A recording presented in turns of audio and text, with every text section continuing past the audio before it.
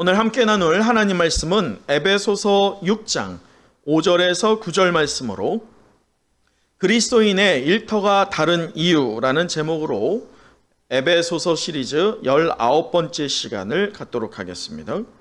우리 한 절씩 말씀을 교독하여 읽도록 하죠. 여러분, 인도를 가보셨나요? 인도는 필히 한 번은 인생을 알기 위해서 가봐야 되는 곳으로 꼽히는 유명한 장소 중에 하나입니다. 인도는 이렇게 크게는 두 부류로 나눠져요. 이슬람이 있다 하면 이 카스트 제도라고 하는 힌두교가 있습니다. 사실 인도 안에는요, 이 힌두교가 있지만 문제는 그 언어가요, 이 방언을 포함해서 1600 정도가 돼요. 그러니까 이 마을에 있던 애가 저쪽 좀 먼 마을과 소통이 이게 좀 안 될 수도 있어요. 그만큼 이 인도라는 나라가 좀 별난 나라입니다. 근데 이 인도에서 선교 사역을 하던 그 맥스웰이라고 하는 선교사님이 계세요. 그분의 이야기를 먼저 좀 들려드리도록 하죠. 그 맥스웰 선교사님은 이게 인도 사역의 초기 단계 때를 말합니다. 이 인도의 어를 하나만 배워서는 안 된다고 제가 앞서 말씀드렸잖아요. 새로운 마을을 갈 때마다 그 마을의 방언을 새로이 배워서 갔어야 돼요. 물론 완전히 다른 것은 아니지만 그럼에도 새로운 영역의 언어들을 매번 접해야 되는 불편함과 어려움이 있었습니다. 이 맥스웰 선교사님이 또다시 새로운 마을로 들어가기 위해서 무엇을 했어야 돼요? 언어를 배웠어야 돼요. 그래서 그 지역에서 조금 해박하다라고 할 수 있는 어떤 한 힌두교인을 불렀어요. 그리고 그에게 이렇게 부탁을 했습니다.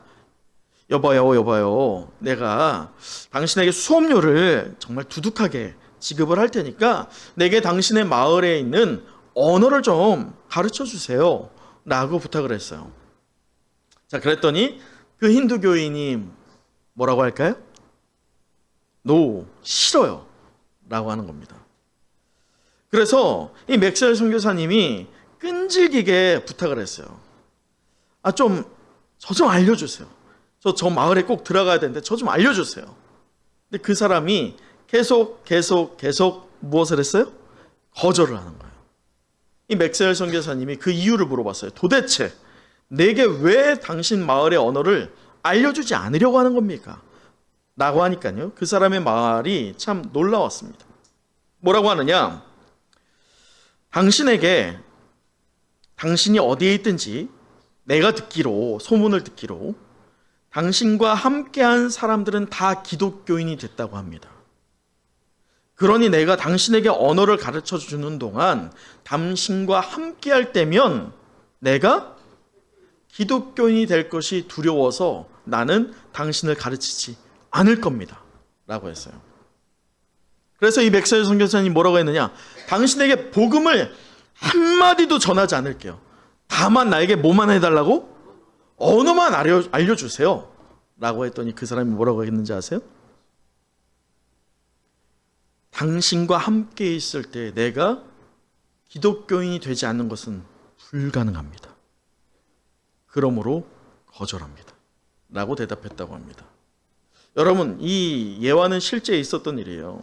이 예화를 통해서 여러분 무엇이 느껴지세요? 이 맥스웰 선교사와 함께 있는 것만으로도, 그가 복음을 전하지 않는다 해도 함께하는 것만으로도 그 맥스웰 선교사 안에 있는 은혜가 어떻게 되는 거예요? 흘러가는 거예요. 그래서 옆에 주변 사람들을 변화시키는 거예요. 여러분, 이것이 바로 놀라운 선한 영향력입니다. 이것이야말로 진정한 선한 영향력이죠. 복음을 전하는 것만이 아니라 복음을 전하지 않는다 할지라도 삶에서 그에게서 무엇이 보여져요? 복음이 보여지는 거예요.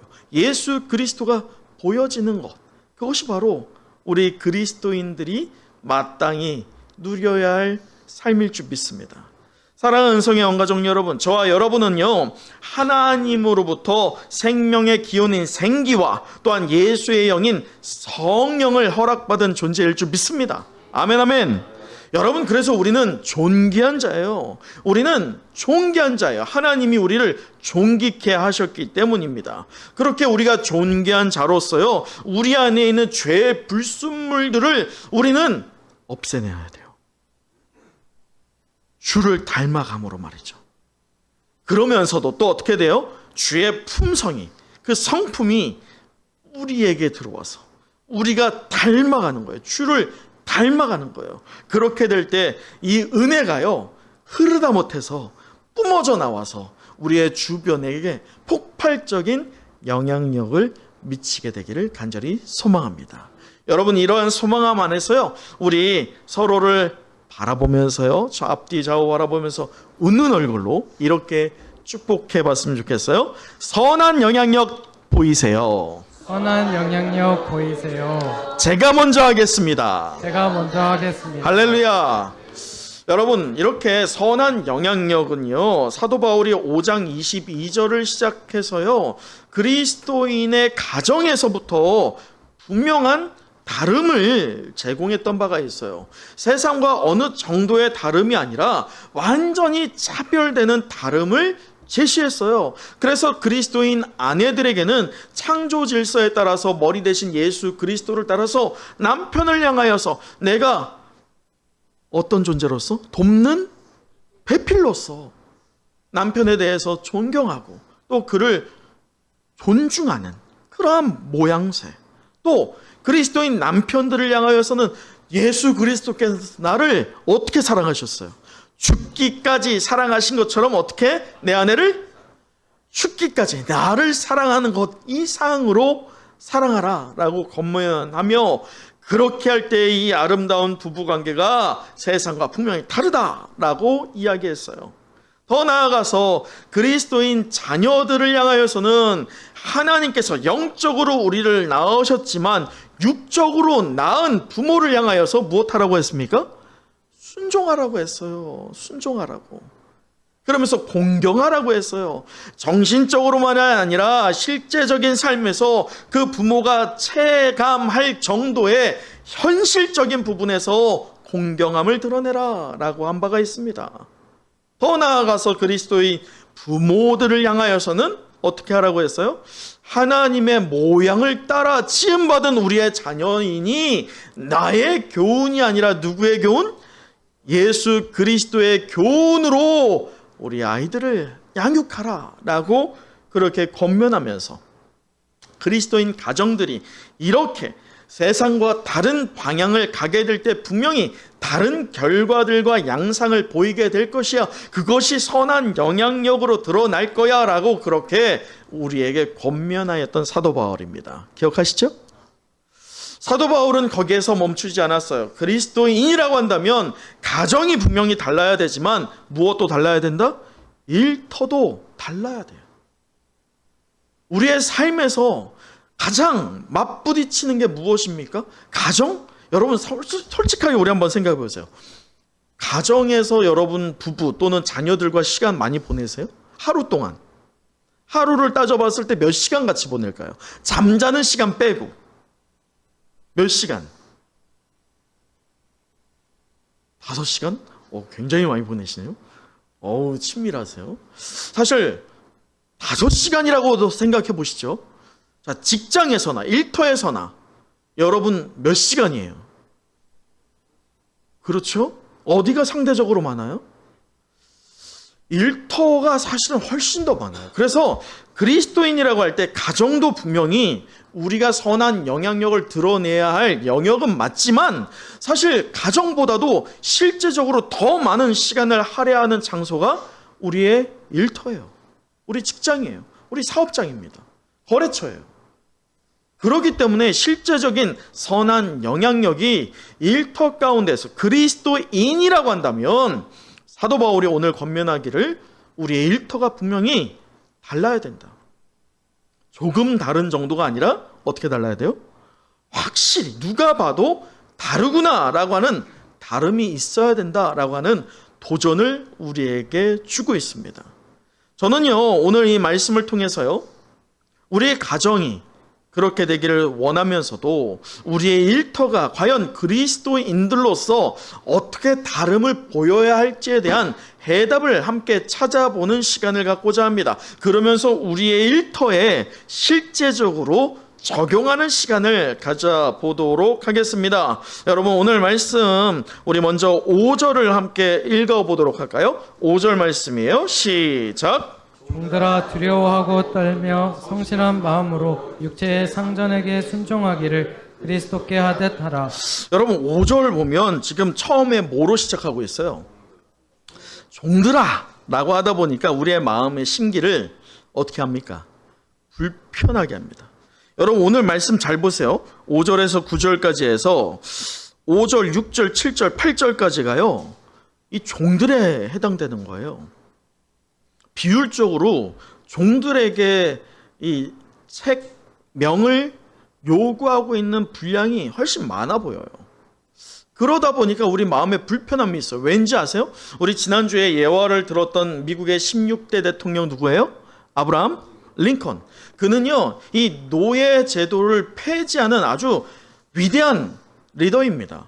근데 그 아브라함 링컨이 이런 말을 했어요. 노예 제도가 나쁜 것이 아니라고 한다면 세상에 나쁜 것은 없다. 이 말이 뭐예요? 노예 제도가 좋다는 거예요? 나쁘다는 거예요? 세상에서 제일 나쁜 것이다. 왜냐?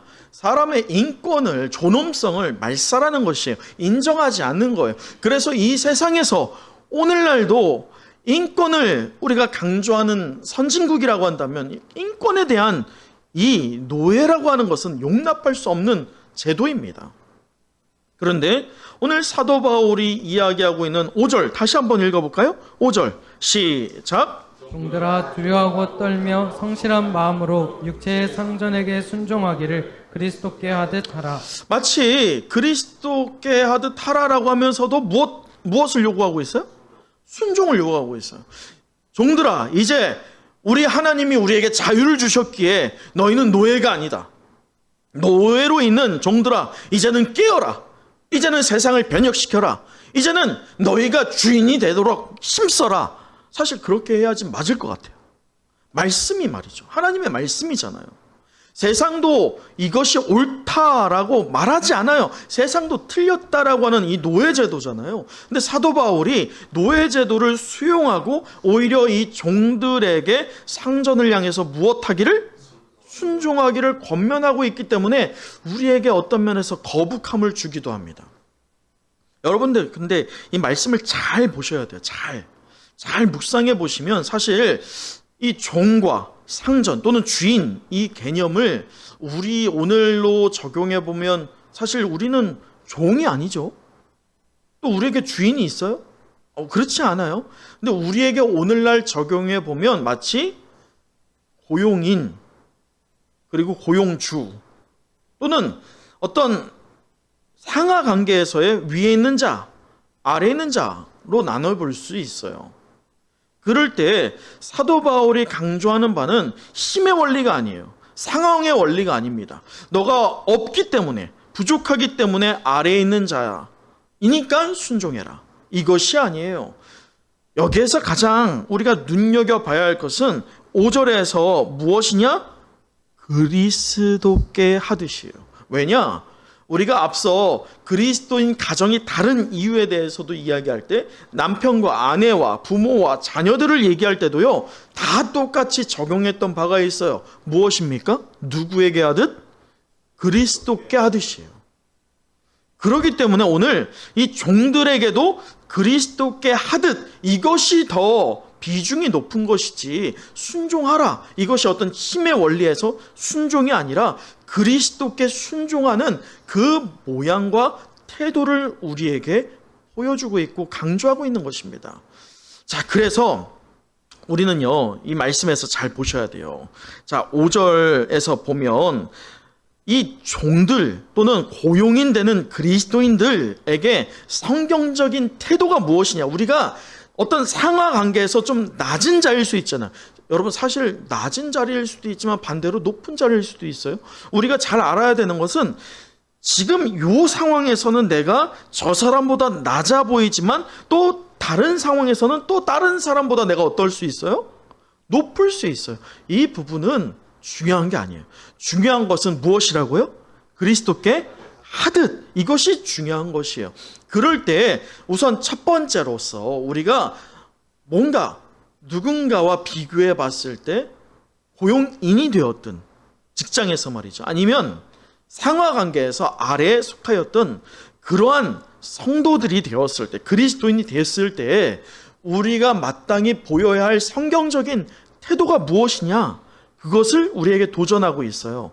그게 바로 다시 읽어보면 5절입니다. 우리 5절이 중요하기 때문에 한 번 더 읽어보죠. 시작. 종들아 두려워하고 떨며 성실한 마음으로 육체의 상전에게 순종하기를 그리스도께 하듯 하라. 여러분 보세요. 종들아 성실한 마음으로 할 때 첫 번째 뭐예요? 성실이에요. 성실. 성실이 우리에게 있어야 돼요. 그 성실이 있어야 되는데 그 성실한 마음으로 육체의 상전에게 무엇해야 돼요? 순종해야 돼요. 이게 그리스도께 하듯이라고 되어 있기 때문에 여기에 존중이 들어갑니다. 그래서 여기에서 잘 보면 어떤 금전적 또는 정신적 또는 어떤 현실적인 면에서 내가 저 사람한테 잘 보이지 않았을 때, 또는 내가 저 사람의 심기를 건드렸을 때에 내가 저 사람에게 무언가 기분을 좋지 않게 했을 때 내가 어떻게 될 수 있어요? 내가 손해를 볼 수 있다. 나는 것 때문에 나오는 존중이 아니에요. 오늘 말씀에서는요. 그런 사람들이 있죠. 우리 6절 보세요. 눈가림만 하여 사람을 기쁘게 하는 자라고 하죠. 눈가림을 한다는 게 뭐예요? 눈앞에서는 아부를 잘하는 거예요. 제가 진짜 제일 못하는 게 아부거든요. 군대에 있을 때에도 참 꼬리를 살랑살랑 하면서 아부를 잘하는 친구들은요, 군생활 참 편하더라고요. 근데 저는 아부를 못했어요. 항상 그래서 좀 피곤했습니다. 근데 제가 잠깐 군생활 얘기를 해드리면, 군대에서 유독 진짜 제가 아무 잘못도 안 했는데 딱 하나 때문에, 제가 기독교인이라고 해서요, 저희 부대가 제가 예전에도 얘기했지만 북한군 훈련을 받는 부대여서 좀 기밀이 유지됐어야 되고, 그러다 보니까 외부 출입 통제가 굉장히 셌어요. 근데 저는 교회를 가야 되는데 교회를 못 가게 하는 거예요. 종교 행사 금지를 하는 거예요. 제가 정말 그때 당시로서는 상상도 못할 중대장에게 찾아가서요, 이등병 때 입소하자마자, 자대 배치되자마자 제가 이렇게 말했어요. 이병 유일용, 저는 신학생입니다. 저 교회 가야 됩니다. 라고 한 거예요. 정말 부대가 뒤집혔어. 근데 중대장이 제게 어떻게 했는지 알아요? 그래? 종교는 인정해야지. 다녀와. 저는 기도 응답이라 생각했어. 할렐루야. 갔다 왔죠. 정말 은혜스러웠어요. 저 혼자만 갔거든. 우리 중대에서. 너무 좋다. 진짜 하나님은 살아계시다. 돌아왔는데 어떻게 됐을까? 야, 이등병이 미쳤구나 하고서는 중대장이 이 온 중대를, 우리 소대를, 우리 분대를 쑥대밭으로 만든 거예요. 그 사건 이후에 저는 꼴통이 된 거예요, 소위. 그러면서 그것 때문에 늘 핍박을 당했어. 한 명이. 늘 핍박을 하는 한 명이 있었어요. 진짜 얼마나 핍박을 했냐면, 정말 죄송한 말 제가 처음으로 하는데, 밤에 이등병 때 너무 힘드니까 그 사람 때문에 제가 보초를 나갈 때 우리는 항상 이게 대검이 있었어요. 그 대검으로 날이 안 갈려 있습니다, 여러분. 훈련 받을 때는 날이 안 갈려 있고 전쟁이 날 때는 날이 갈려 있는 걸로 교체가 돼요. 하지만 날이 안 갈려 있어도요, 그 앞에가 상당히 뾰족합니다. 그래서 살상용으로 충분히 쓸 수 있어요. 근데 그거를 저도 모르게 빼고 있는 거예요. 자고 일어나는데 그 옆에 자고 있는 모습을 보면서 너무 미우니까, 이 사람을 내가 없애버릴까? 이 생각이 막 불어오는 거예요. 대검을 진짜 빼든 그 순간에 하나님께서 제게 말씀하셨어요. 넣으라고 말이죠. 그러면서 다른 마음을 주셨어요. 어떤 마음을 주셨을까요? 그를 위해서 기도하라. 정말요. 정말 미웠어요. 어떻게 저런 사람, 제가 요즘에도요, 그 사람을 찾아봐. 인터넷에서 찾아보는데 신기하게 없어. 왜 없지? 웬만하면 찾으면 사람들이 이게 나오거든요. 없더라고. 그래서 참 궁금하긴 한데 요즘에도 제가 이름 얘기하면 안 되니까 이름이 아주 선명하게 아직도 기억날 정도로 그런 분이세요. 근데 그분이 제대할 때는 제게 사과하고 좋게 이제 헤어졌지만 어쨌든 제가 그렇게 기도를 하면서 하나님의 마음을 통해서요 그분을 축복했어요. 근데 하나의 사건이 있었어요. 훈련할 때요 우리가 북한군 훈련 받을 때 11월 달에도 여러분 강원도는 눈이 온답니다. 근데 눈이 오면 훈련을 안 하는데 눈이 안 오는 거야. 추워 죽겠는데 눈이 온다고 예보를 했는데 눈이 안 와요. 근데 이 지휘 통제실에서 눈이 오면 훈련을 중지한다고 하는 거예요. 근데 눈이 안 오고 있는 상황이죠. 훈련이 계속되고 있어요. 저를 계속 괴롭혔던 그 고참이요. 저를 부르더니 야 율령을 넣어봐. 너 예수쟁이잖아. 야, 네 하나님이 그렇게 강하면 기도해봐. 눈 오라고. 내가 그러면 믿을게. 제가 기도했을까 안 했을까요? 제가 그렇게 말했어요. 그분이 병장이었거든요. 제가 이름은 얘기할 수 없고 성만 얘기할게요. 오병장님, 저는 그런 기도를 하지 않습니다. 그건 하나님이 원하는 기도가 아니니까요. 그러나 오병장님이 하나님을 믿는다고 하니까 내가 이번은 기도하겠습니다 하고 기도를 했어요. 어떻게 됐을까? 눈이 왔어요. 눈이 왔어. 훈련은 어떻게 됐을까요? 중지됐어요. 그분은 믿었을까요? 안 믿었어요.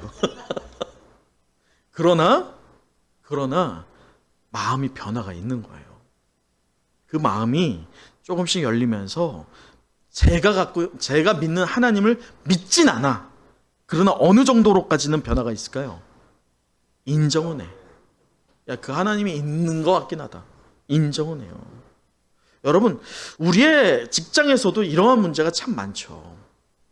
믿지 않는 직장 어떤 위에 또는 거래처에 어떤 누군가의 관계 안에서 믿지 않는 그를 통해서 내 신앙이 조롱당할 때도 있어요.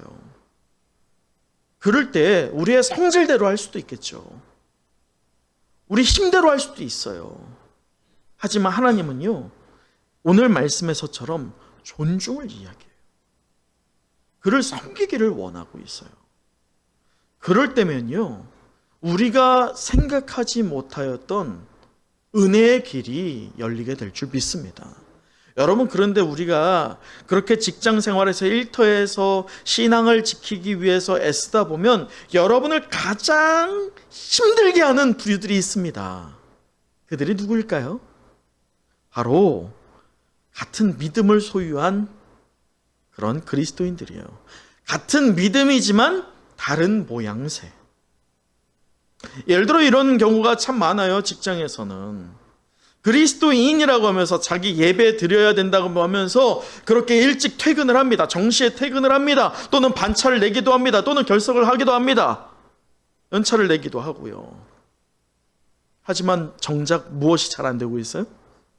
그에게 맡겨진 업무가, 성과가 나지 않는 일들이 얼마나 많아요. 그래서요, 성실이 있어야 된다는 거예요. 오늘 5절에서요, 성실을 하잖아요. 성실한 마음으로. 그리스도인이라고 할 때면요, 우리는 게으르서는 안 돼요. 성실이 있어야 돼요. 누가 보아도 저 사람은 속이지 않는구나 라고 하는 마음이 있어야 돼요. 왜냐? 자, 5절 잘 보세요. 종들아, 무엇하라고요? 두려워하라는 거예요. 이게 두 가지로 설명될 수 있어요. 나에게 무언가 영향을 미칠 만한 주인을 향하여서, 상전을 향하여서, 또는 고용주를 놓고, 또는 이 상황에서 나보다 위에 있는 사람들의 눈치를 보면서 두려워하라, 이렇게 해석할 수 있지만 그게 아니에요. 여기에서 두려워하는 것은 누굴 두려워하는 것입니까? 우리를 보고 계시는 하나님이에요. 내가 무엇을 하든지요, 여러분은 우리 도산 안창호 선생님 아세요?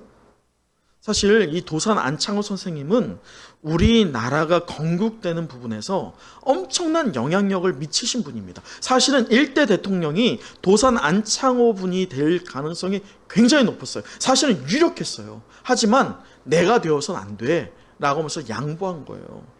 근데 이 도산 안창호 선생님이요, 미국에서 아주 어려운 생활을 했습니다. 어렵게요, 그가 할 수 있는 노동을 통해서요, 원래는 대학교에서 이렇게 번듯한 학위를 받을 수 있었지만 그걸 포기하고요, 독립군들에게 이 독립 자금을 보태기 위해서 근면 성실함으로 일했어요. 그럴 때 그를 고용해서요, 이 집안 청소를 시키는 이들이 많았다고 합니다. 안창호 선생님을 고용해서요. 근데 안창호 선생님이요, 한 번 고용된 집은 계속 불렀다고 해요.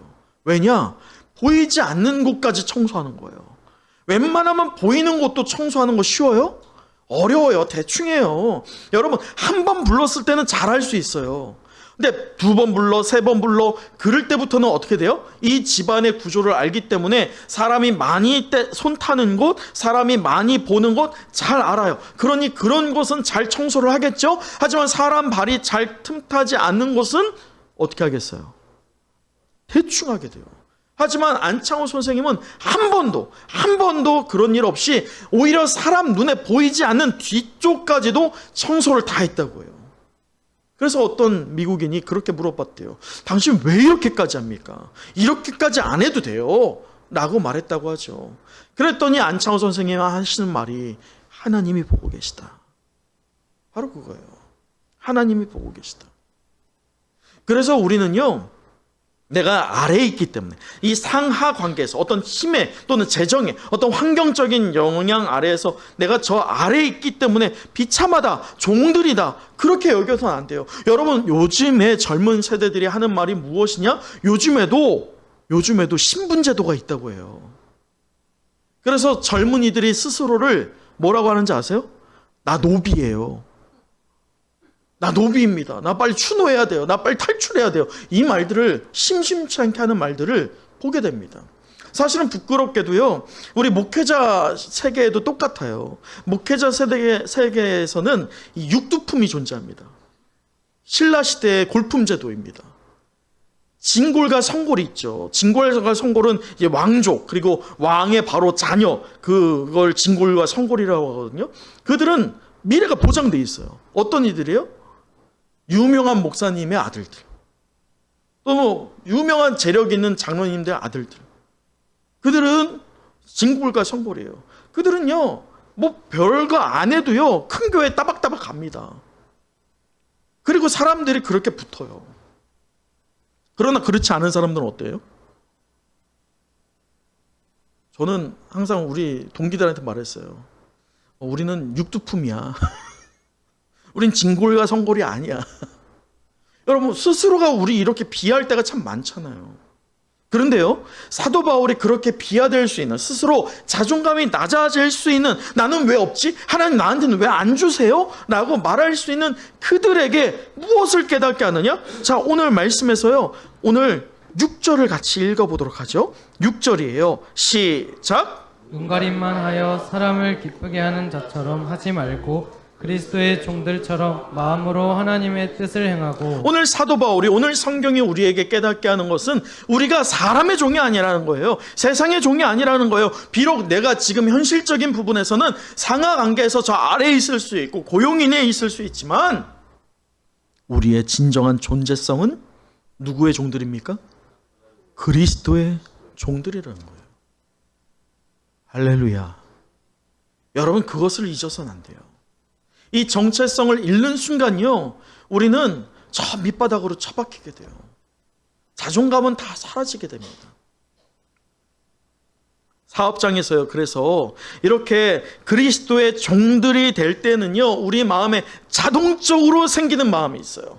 내가 그리스도의 종이야. 내가 저 사람 밑에 있기 때문에 내가 지금 이렇게 하는 것 아니야. 내가 저 사람 밑에 있긴 하지만 나는 지금 누구의 종이야? 그리스도의 종이야. 그렇게 믿고 의지하며 성경적인 태도를 비치는 성도들이 보여지는 공통적인 행동들이 있어요. 그게 바로 7절입니다. 7절 함께 읽어봅니다. 시작. 기쁜 마음으로 섬기기를 주께 하듯 하고 사람들에게 하듯 하지 말라. 어때요? 어떤? 기뻐요. 웃으면 복이 와요. 세상에서도 웃으면 복이 온대요. 그런데 믿음의 성도라고 하고 있어요. 근데 그 성도들이 일하는 모습들을 보면 어때요? 항상 인상 쓰고 있는 분들이 많아요. 오해하지 마세요. 저도 여기에 이게 자국이 있거든요. 이게 인상을 언제 쓰냐, 여러분을 위해서 쓰는 게 아니라 기도할 때 쓰는 거예요. 그래서 있는 건데 사람들을 향해서는 인상 써서는 안 돼요. 우리가요, 그리스도의 종이라고 믿을 때면요, 우리의 사업장에서 고객을 대할 때, 또 우리의 직장에서 어떤 누구가 되었든 누군가를 대할 때, 특히나 나의 손 위에 누군가를 대할 때 예수 그리스도를 대하듯 친근하며, 또한 사랑을 베풀어야 되며, 또한 존중하며, 또한 순종함으로 그렇게 신실함을 드러내는 저와 여러분, 우리 은성의 영가족 되기를 간절히 축원합니다. 여러분, 이렇게 우리 앞뒤 작업보시면서 축복해 봤으면 좋겠어요. 우리 웃어봅시다. 우리 웃어봅시다. 그리스도의 종들 되십시오. 그리스도의 종들 되십시오. 성실하십시오. 성실하십시오. 여러분, 그러면서 사도 바울은 말씀에서 이어가기를 고용주되는, 또는 이 상하 관계에서 조금이라도 누군가보다 높은 자리에 있다라고 하는 성도들을 향하여서 또 다른 권면을 주기를, 오늘 9절입니다. 우리 9절 읽어보도록 하겠습니다. 9절 시작. 성전들아, 너희도 그들에게 이와 같이 하고 위협을 그치라. 이는 그들과 너희의 상전이 하늘에 계시고 그에게는 사람을 외모로 취하는 일이 없는 줄 너희가 알미라. 여러분, 앞서 말한 것처럼 이 종들에게 주었던 말씀과 상전들에게 주는 말씀의 비율이 달라요. 그러다 보니까 뭐야, 이거 왜 이렇게 차별을 해? 라고 여길 수 있지만 사실은 그렇지가 않아요. 왜냐? 한 절밖에 되지 않지만 우리가 지난주에 그리스도인 부모들에게 한 절로서 권면을 했지만 그 안에 담겨져 있는 그 무게가 굉장히 컸던 것처럼 오늘 상전들에게 주고 있는 메시지도 똑같습니다. 무엇이냐? 자, 말씀을 잘 보세요. 이 그리스도인으로서요, 우리가 조금만 높아지면 어때요? 저도 참 교만한 게, 이 군대에서요, 이 사실 군대는 젊은 아이들이 힘을 경험할 수 있는 때입니다. 조금만 군생활 제대로 하면 이게 시간이 지남에 따라서 어떻게 돼요? 계급이 올라가요. 그런데 사회생활과 다른 게 무엇입니까? 사회생활에는 끝이 있어요? 있긴 하죠. 하지만 그 끝이 최소한 1, 2년은 아니잖아요. 그런데 군생활은 어때요? 버티면 돼. 뭔가 마음에 안 드는 고참이 있을 때 버티면 돼요. 왜? 하나는 분명해. 나보다 제가 먼저 나가니까. 시간이 지나면 내가 어떻게 되니까? 나도 저 위치에 되니까 괜찮아 라고 생각하는 거예요. 그게 바로 저였어요. 이게 제가 군생활을 완전히 꼬였었어요. 이게 보통은 이 일병 짝대기 2개 꺾인다 라고 할 때부터 군생활을 풀리는데, 저는 상병이 꺾일 때까지요, 후임병이, 밑에 우리 분대에 후임병이 없었어요. 후임병이 들어오면 딴 데 가고 해서, 소위 그때 당시에 이 침상을 닦는다라고 하면 가장 그 분대에서 아래 있는 아이들이 침상을 닦는 거거든요. 제가 닦았다니까요. 상병 중간 때까지 그렇게 꼬였어요. 그런데 제가 상병 넘어가면서 어떻게 됐냐면, 이 소대에 개편이 일어난 거예요. 우리 분대가 이상하니까 개편이 돼서 새로 세팅이 된 거예요. 그러면서 일약 갑자기 제가 어떻게 됐을까요? 갑자기 위로 올라간 거예요. 그러면서 군생활을 완전히 그때부터 풀려버렸어요. 근데 우리 부대에서 전체적으로 제가 풀려버렸어요. 그러다 보니까 누리지 못했던 무엇을 경험하게 됩니까? 힘을 제가 갖게 된 거예요. 이때까지 권력이라는 것은 내게 없었지만 권력이 있게 되니까 어떻게 되는 줄 아세요? 제 기침만 해도 어떻게 하느냐? 물 갖고 와. 있을 수 없었던 일이야. 제가 자고 있는데 제 귀가 밝거든요. 제 아내가 살금살금, 코고니까 제가 살금살금 제 아내가 다가올 때가 있어요. 왜냐면 가끔 제가 호흡을 안 해. 아내가 놀래가지고 다가올 때가 있어요. 얼굴이 이렇게 가까이 오면 전 깹니다. 그만큼 제가 밤기가 이렇게 밝아요. 그때도 밤기가 더 밝았겠죠. 젊으니까. 그럴 때 밤에 건조하니까 물을 뿌리거든요. 바닥에. 마룻바닥에 이제 물을 뿌려요. 좀 건조하지 않게 하기 위해서. 근데 물을 뿌릴 때 그 소리에 깨는 거예요. 최고참일 때. 자, 한마디 합니다. 뭐라고 할까요? 누구냐? 딱 한마디. 그러면 그 친구가 와가지고 머리를 조아리면서 죄송합니다 하면서 조심히 뿌리겠습니다 라고 하는 거예요. 그러면 그래 한마디 딱 하는 거예요. 그러면 너무 평안하죠.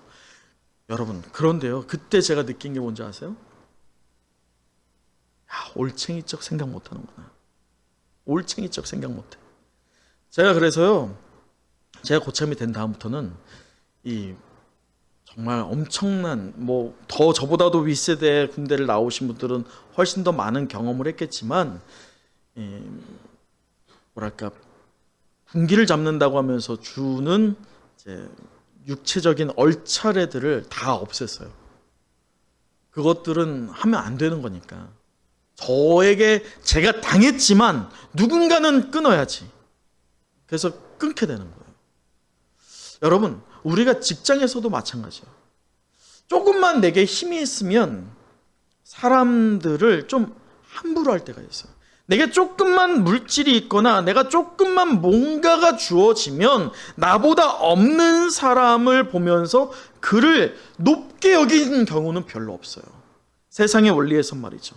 낮게 여깁니다. 무시합니다. 말을 험하게 합니다. 그런데요, 오늘 말씀 잘 보세요. 상전들에게 요구하는 게 무엇이냐? 자, 상전들아, 너희도 그들에게 어떻게 해요? 이와 같이. 이와 같이가 뭐겠어요? 앞서 말했던 종들에게 요구했던 그걸 똑같이 이야기하는 거예요. 곧 너의 위에 상전이 있어. 너가 상전이 아니야. 너의 위에 누가 있어? 하나님이 계셔. 하나님을 두려워할 수 있어야 돼.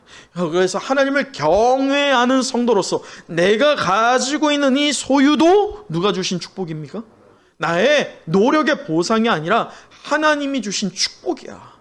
그러니 내가 이것을 주인 삼는 것이 아니라 온전한 주인 대신 하나님을 내가 믿음으로 인하여서 도리어 우리가 섬겨야 되는 거예요. 존중해야 되는 거예요. 그럴 때 하나가 추가되는 게 무엇이냐? 겸손입니다. 그래서요, 우리가 조금이라도 상대보다 위에 있다라고 여겨지시는 영역이 있다라면 우리가 보여야 할 성경적인 태도는요, 그를 하대하거나 비하가 아니라 사랑해야 돼요. 격려해야 돼요. 그리고 보살펴야 됩니다. 그렇게 그를 존중할 때에요, 여러분이 그리스도인으로서 선한 영향력을 드러내게 될 줄 믿습니다. 우리 말씀을 마치도록 하죠. 오늘 우리는요, 그리스도인의 일터가 다른 이유라는 제목으로 우리 에베소서 강의 19번째 시간을 가졌습니다. 우리 마지막으로 8절을 함께 읽어보도록 하겠습니다. 8절 시작. 이는 각 사람이 무슨 선을 행하든지 종이나 자유인이나 주께로부터 그대로 받을 줄을 알미라. 아멘. 사랑하는 은성의 영가족 여러분, 우리가 비록 종이든지 상전이든지 그런 위치에 있을 수 있어요. 그러나 그건 중요하지 않아요. 왜냐? 얼마든지 그 위치가 바뀔 수 있기 때문입니다. 변할 수 있기 때문이에요. 우리가 주목해야 되는 것은 우리가 어떤 열매를 맺느냐에 따라서 그 열매대로 갚아주신다는 것이에요. 말씀 8절을 보세요. 주께서 그대로 받을 줄을 알미라 라고 하죠. 우리가 무엇을 행하느냐에 따라서 그 행위대로 우리에게 갚아주시는 주님이십니다. 그러니 그것이 하나님의 보응의 원칙임을 깨달은 그리스도인으로서요, 여러분의 일터에서요, 우리가 해야 할 가장 중요한 단어가 오늘 있다면 무엇이라고 했어요? 그리스도께 하듯. 그리스도께 하듯. 무엇을 하든지요, 여러분이 그렇게 생각하면 간단해요. 내가 예수님께 한다라고 생각하고 한번 여러분이 누구한테 말하든지 대하는 것들을 적용해 보세요. 여러분이 예수님께 하듯이라고 한다면 함부로 할 수 없습니다.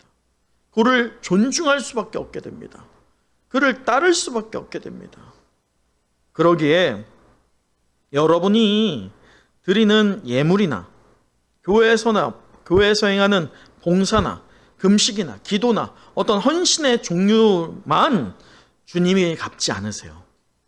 주님이 갚으시는 것은 또요, 세상에서, 직장에서, 일터에서, 작업장에서, 거래처에서, 여러분의 이웃과의 관계에서 빛과 소금으로 얼마나 선한 영향력을 미쳤느냐를 분명히 세아르고 그것을 우리에게 적용하여서 갚아 주실 줄 믿습니다.